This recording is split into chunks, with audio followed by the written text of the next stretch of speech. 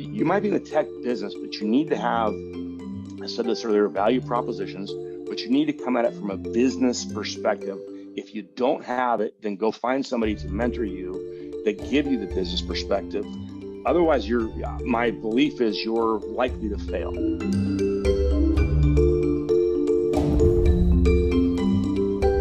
Welcome to UpTech Report. This is our Applied Tech series. UpTech Report is sponsored by TerraLeap. Learn how to leverage the power of video at TerraLeap.io. Today, I'm excited to be joined by my guest, Ken Smerz, who's based in Phoenix, Arizona.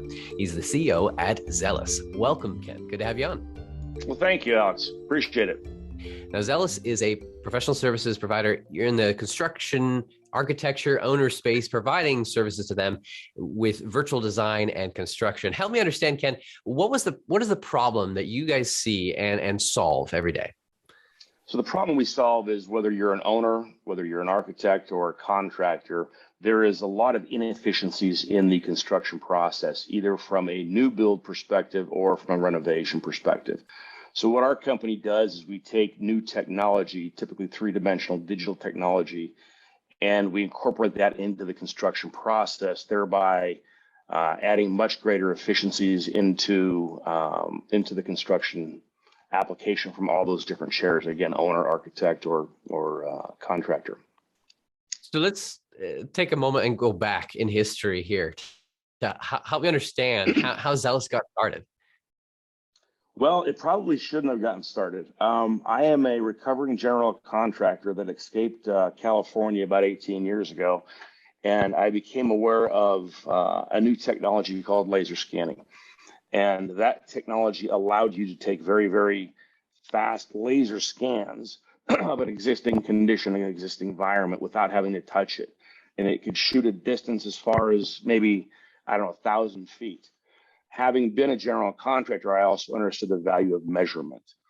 And then this technology of scanning to then go back and create a highly accurate as-built or a digital twin of your existing facility. Who wouldn't want to use that in the construction space? So we started the company, and I was incredibly wrong. I wrote a 65-page business plan that I thought was amazing, that would probably be better suited for the bottom of a bird cage. Nonetheless, we forged on. We started on almost zero money, a very, very, very small loan, and we didn't have enough money to make rent to pay for an office space. So we started the company with this idea in mind that we could go out there and convince, contractors and owners and architects on the value of measuring non-contact incredibly fast to create this digital twin.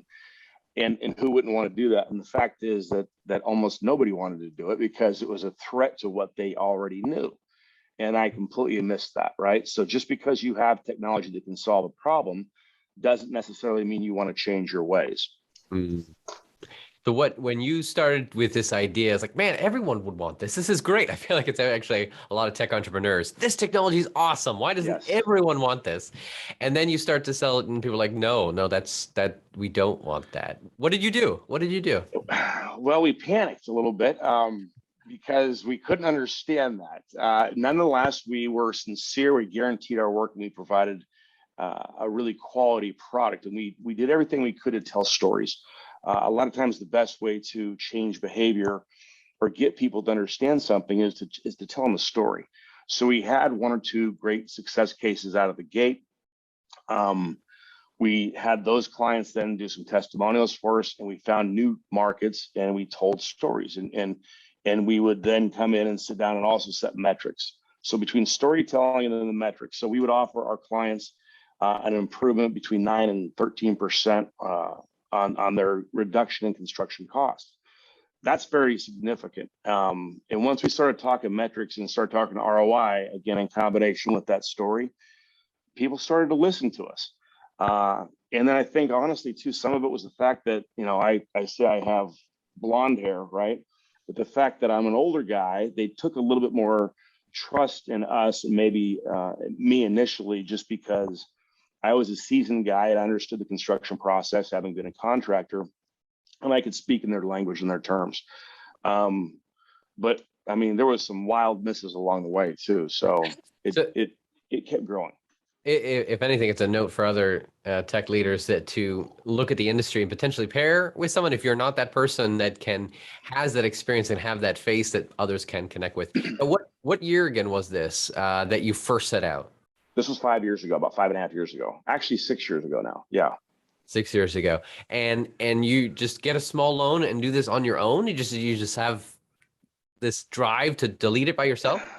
Yeah, so the difference for us is that we have an amazing technology. We use laser scanning with 3D modeling with a lot of really, really cool stuff. But what we did, I think that was different than a lot of other companies, is we weren't just a technology in search of a problem. We had to articulate what our solution was and come up with value propositions where others could benefit.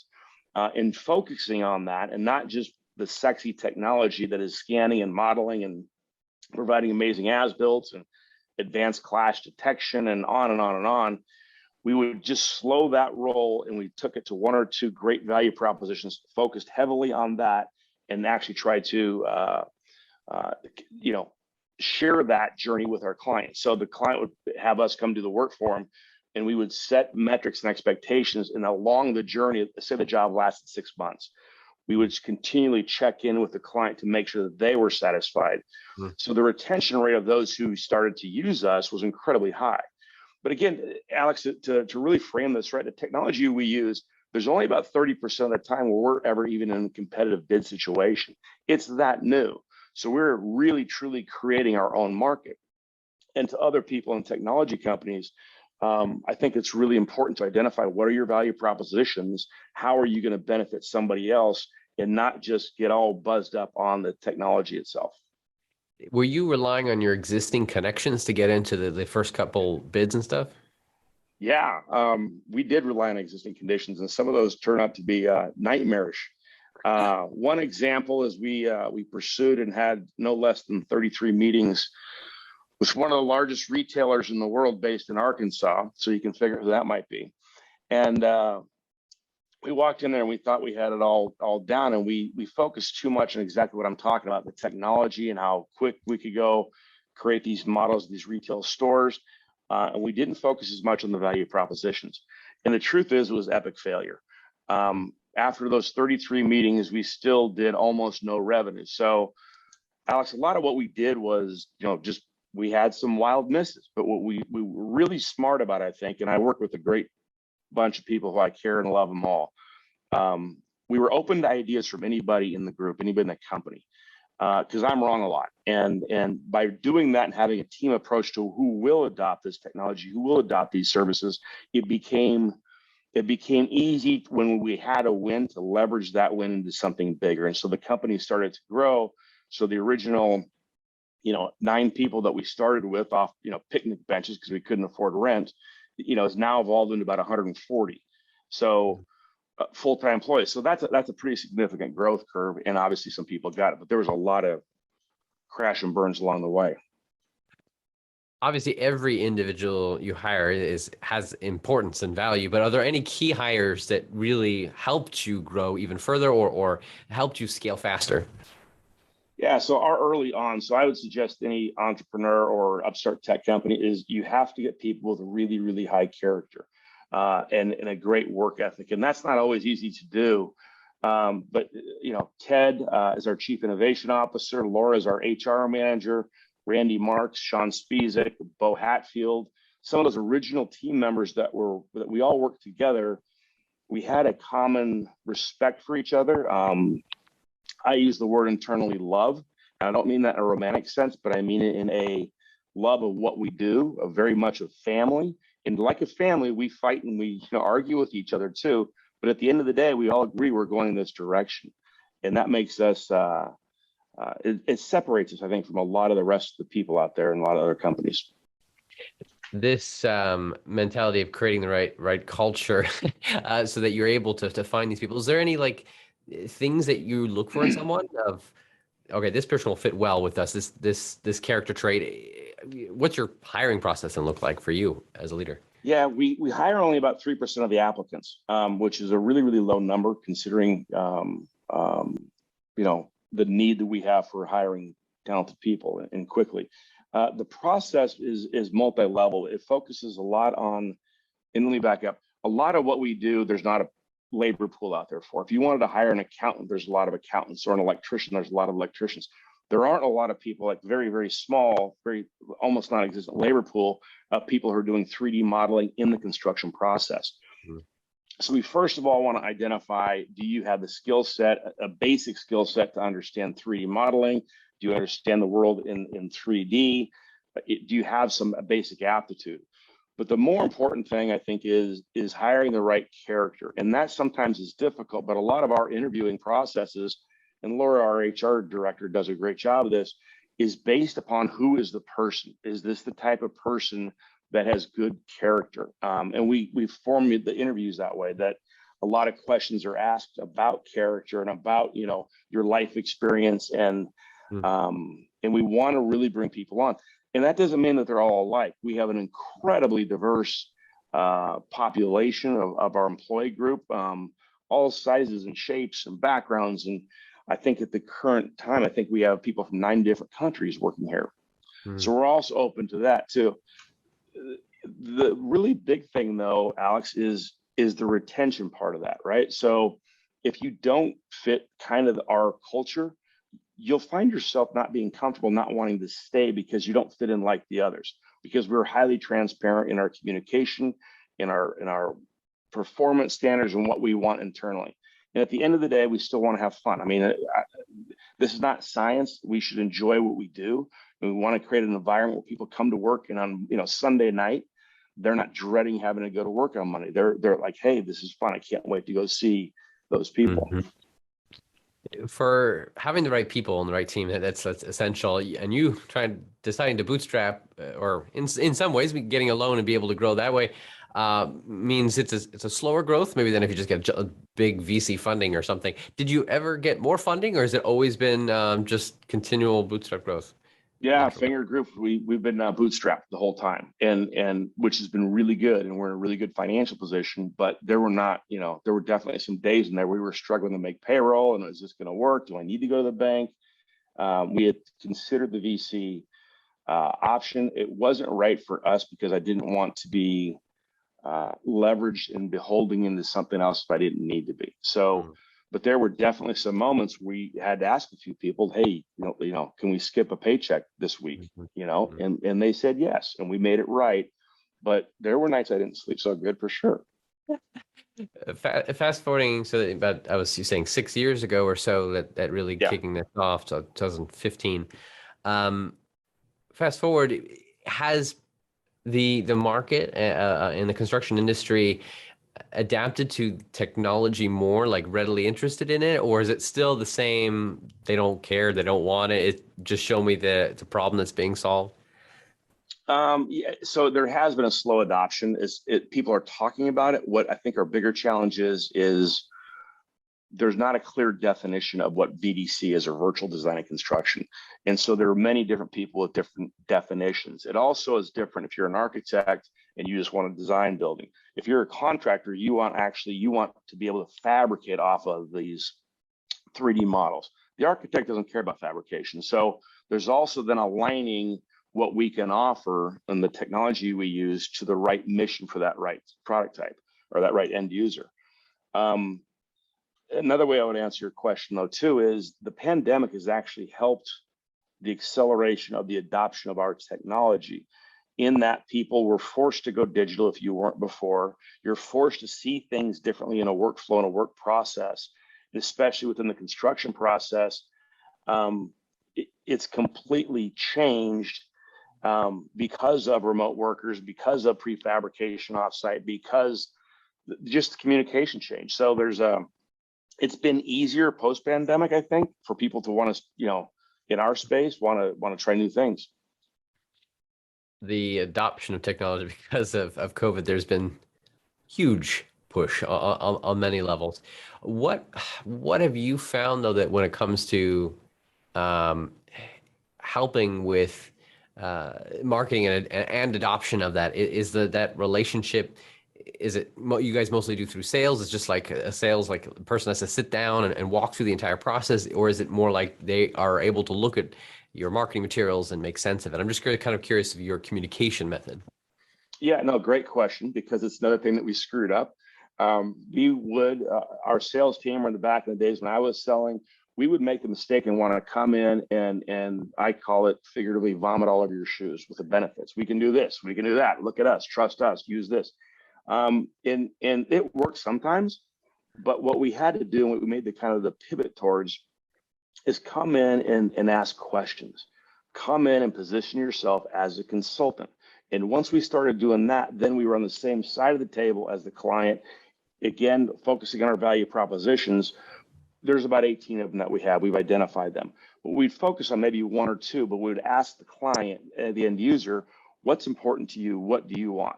And I know that sounds really simplistic, but once we started doing that and seeing ourselves as a consultant, oh my gosh, did things get better and revenue went up, and then the retention. Once you use what we provide, and whether it's from us or somebody we compete against, you're going to want to do it again because you see the value, and then you really get to explore it, and then you really see the value. And so it kind of goes and grows. It's getting over the hurdle that first time by, again, having trusting, client relationships, and then making them see you as a consultant. Let's take a second and just talk about the tech for a moment. There's a lot of buzz around digital twins, and this definitely fits within there. So how would you define a digital twin? So a digital twin is typically a term used when talking about an existing condition, right? So let me back up. Anything that has been built since almost, the beginning of time is never really built to the actual design intent of the building. I'm talking the floors are not level, or maybe there's a wall, nobody knew there was a wall, or a pipe runs through something that wasn't there. It's egregious, in fact. And even the newest buildings that we know, they're not built exactly per the design plan. So when you go to them to make a renovation, not understanding where a column is or how flat that floor is or whatever, you want to understand that existing condition. So you want to then create a digital twin. So the way it works in the digital twin space is we're building a highly accurate digital computer model in 3D of your building, of your airport, of your hospital, of your hotel, your stadium, whatever that might be. Having that information then allows for advanced planning so that you can reduce costs by understanding the dimensions. Before this technology existed, you'd have people out there pulling tape measures or taking a laser disto and doing that. So the digital twin helps accelerate the construction schedule because we know what it is. It's highly accurate. It allows for, again, I've mentioned prefabrication. It allows for coordination amongst the trades. So the digital twin has multiple meetings to different people depending on where you are as a stakeholder. A digital twin, as it relates to new construction, it's hard to have the twin if you don't have the structure built, correct? So the VDC application, creating a digital twin, is more to make sure we build it right the first time. So then you're mitigating what I spoke earlier about having it built incorrectly or inaccurately. So the digital twin can focus both on the new build side and on the renovation side. I was speaking in a previous interview with another tech leader around this construction and BIM models and having digital twins. And one of the comments that came up in that conversation was around the different contractors and stuff may not want this to exist because that shows potentially that they messed up. Yeah. What do you say to that? That's exactly right. That's exactly right. And there has to be an appetite because, especially if I'm being paid on performance and I'm a contractor, and they are, as the building is built, you get paid along the way. Well, if it's inaccurate or wrong, that could slow me down. And so what you're talking about is exactly why so many owners are starting to incorporate our technology so that they can hold the trade contractors that they hire accountable. They want to hold the architect accountable. And then the really good owners, I say good, more sophisticated owners, will take that, hold their trades, hold their team accountable that built their new thing or made their renovation. Then they turn it off into facilities management as well. So let's say we build a hospital, right? That trade package is built by the architect, engineer, and contractors. They use our technology. The owner's aware of it. The owner's verifying that they built the hospital correctly. Then the hospital can also use the digital twin to measure and monitor their building for space planning, for security threats, perhaps, for just, how many butts can we get in chairs in this auditorium? There's a lot of multiple uses downstream. Is there a standardization in this technology across the industry of digital twins and both capturing it as well as reviewing it? There's a little bit. There's some initiatives underway. AIA is leading the way. That's the American Institute of Architects. The AIA is leading the way, I would say. AGC, General Contractor Association, Associated General Contractors, they're leading the way, but there's not truly a standardization. And I do believe that's because it is so new, the technology. The adoption rate of this is less than 10% on a national basis. So you take all commercial construction, industrial construction, where I would argue vehemently that this technology should be used, it's still, the adoption rate is still significantly less than 10%. But people are talking about how they're thinking about it. And that's also being driven candidly by the trade labor shortage, right? So there is a massive trade labor shortage. I'm talking electricians, plumbers, mechanical, structural, steel erectors. That's not sexy anymore for the younger generations to want to get involved with. So the adoption of our technology helps you mitigate that problem of having that trade labor shortage, so that you can construct and build your building. I think I kind of squirreled on you there on that question, but Yeah, but actually, let's take it for a moment there, because a couple pieces. One, it is still very new, so it's the standardization isn't quite there. You say that some of the trade industries are working on it, but the last piece you said there, why it is pushing more is because there's a labor shortage, and I remember hearing this somewhere in multiple places. It's just there's less people that are wanting to go into these. So how then is this technology helping that fact? So this technology helps it by reducing the amount of people that are required to do the building in the simplest of terms. This technology, what we do in having the digital twin, let me go back to my hospital example. That hospital would have contractors show up and they would be out there and they'd go in the building and pull a tape and pull measurements and cut the pipe to then install the pipe and work on that. We have a client that is in Salt Lake City, Utah, and we went and provided them a digital twin. The digital twin was for mechanical, so there was stainless steel pipe involved. That stainless steel pipe was made in a factory controlled setting in Kansas City, not in Salt Lake. It was made to exact dimensions down to millimeters. It then had a barcode put on it. They then tracked it when it was manufactured in a good controlled environment, not on the job site in the snow in Salt Lake. And then they put a barcode to it and they scanned it. They knew when it left. They drove it across over to Salt Lake, right? They drove it west over to Salt Lake. The guy in Salt Lake, then instead of taking time in the field to have to manually cut that and figure out the space or whatever, he grabbed it, scanned it. They knew it was on site and he installed it and just clicked it in place. Done. Screwed the ends on. So the efficiency that we can bring, and we just took out on that whole process 3 or 4 jobs that would typically be on site. Let's mobilize, let's get on site, have our chop shop on site for our warehouse here that we're building in Salt Lake. You eliminated all that. And so you're able to prefabricate is one example of how we're helping to mitigate. And you couldn't do that without having a digital twin. Yeah, to be able to track it from yes, the entire process. So think of it as IKEA furniture. Think if you could build a building the way IKEA furniture does, A to A and B to B. And that's essentially where we're trying to go in the entire construction industry, is the whole prefabrication. It is next to impossible, I would argue probably is impossible to do any sort of prefabrication without the ability to have that digital twin.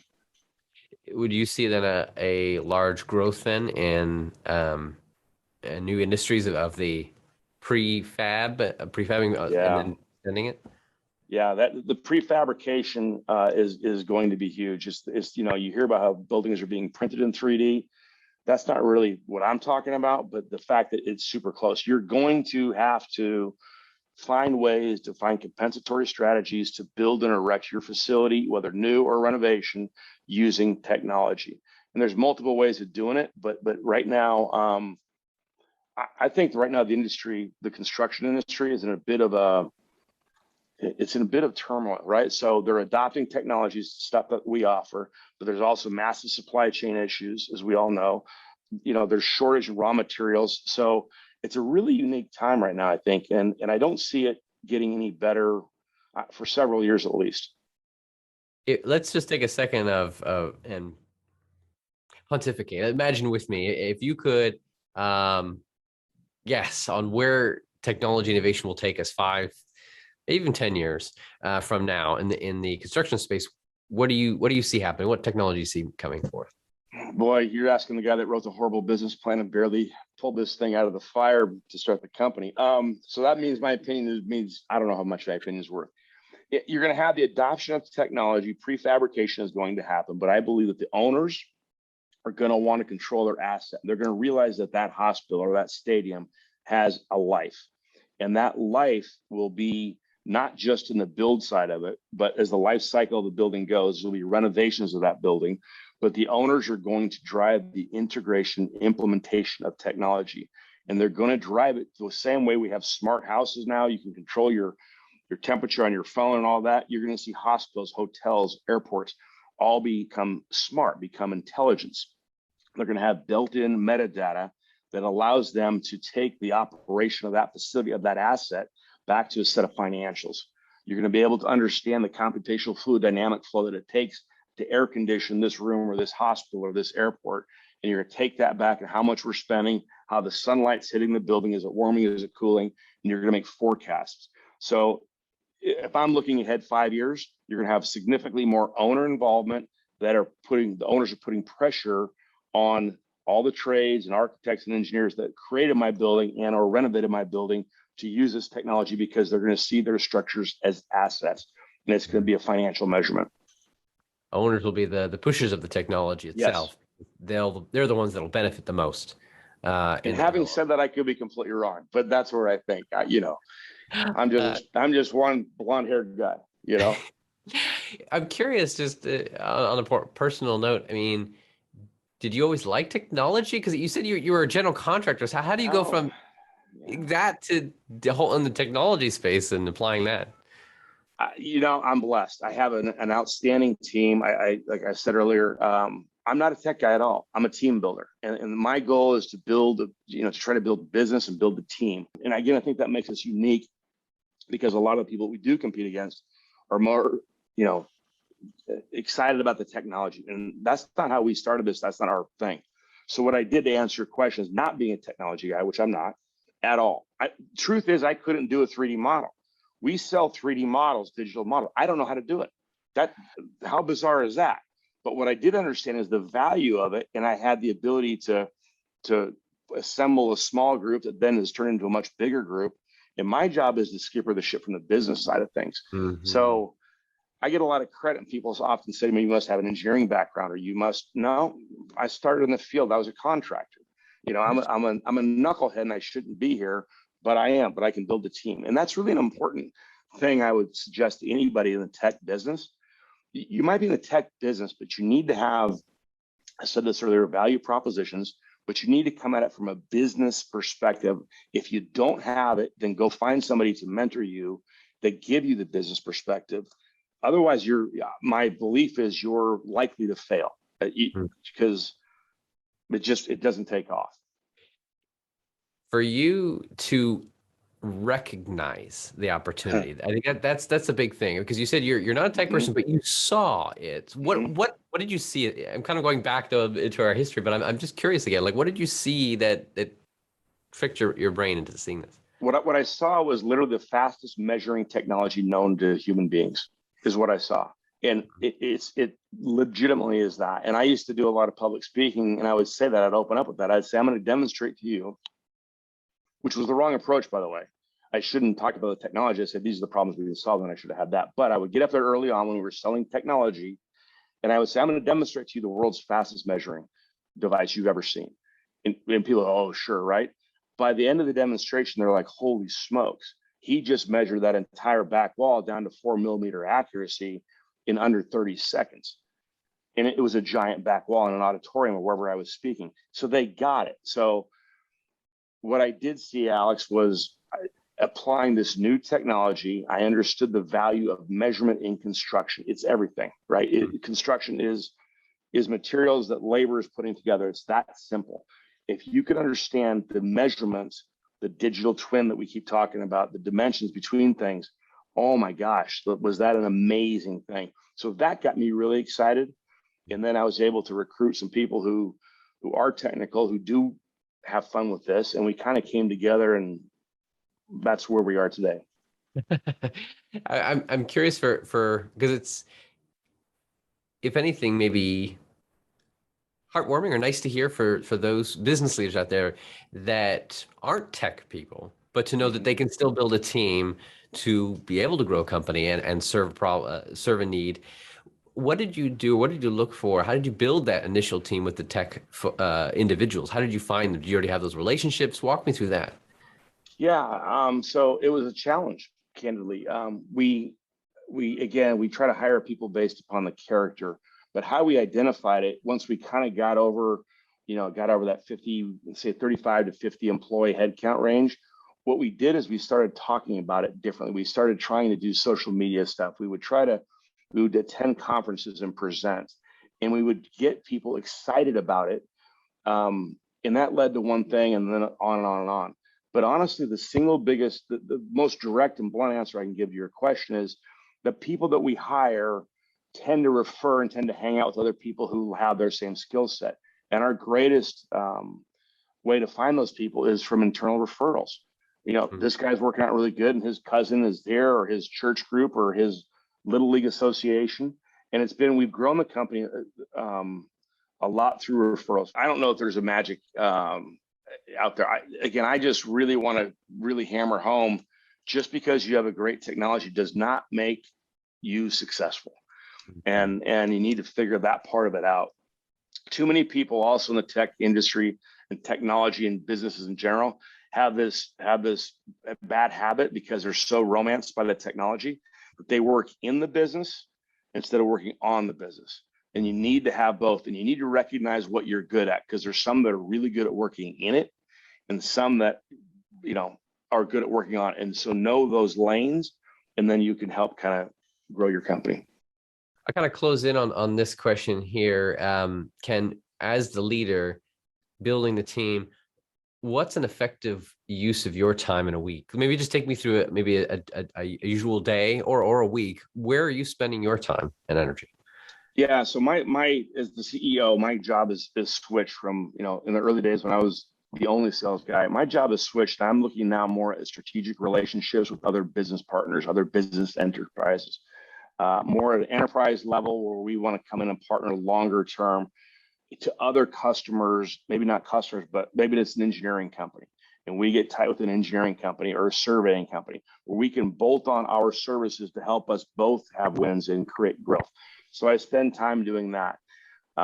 Because we're early stage, I'm also spending time as the head coach here of looking at merger and acquisition.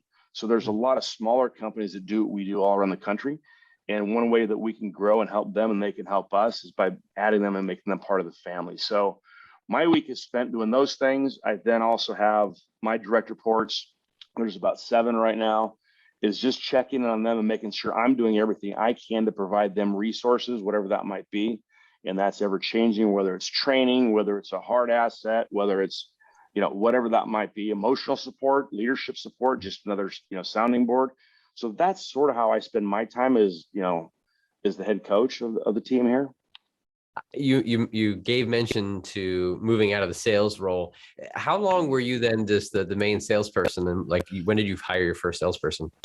I don't even remember. And the first couple of salespeople didn't work out, and that's probably on me for not having a good training plan. That's probably, I'm guilty. I'll accept that responsibility. The first few years, and I also want to distinguish one thing. Well, we have a sales team. We have 5 people on our sales team right now. My mission within the company, and I talk about this a lot of our events, we're all in sales. So the field technician that is out there, he's in sales. He has face-to-face contact with the client. The data processing person in the background who's working with the client and delivering the model, that person, he or she has a relationship. And many times your best salespeople are not salespeople. Many times they're your project manager, your assistant project manager, the people, who just are in client contact.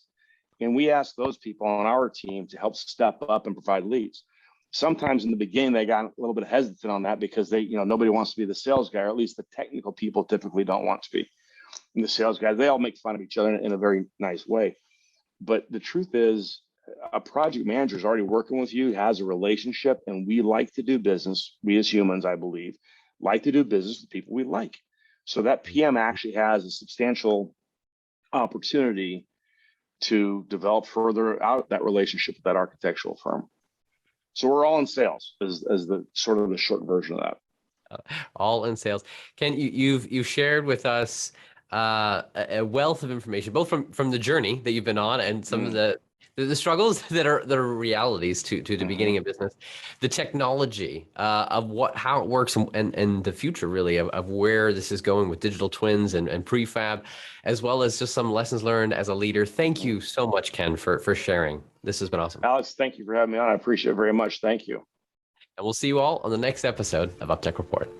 Have you seen a company using AI, machine learning, or other technology to transform the way we live, work, and do business?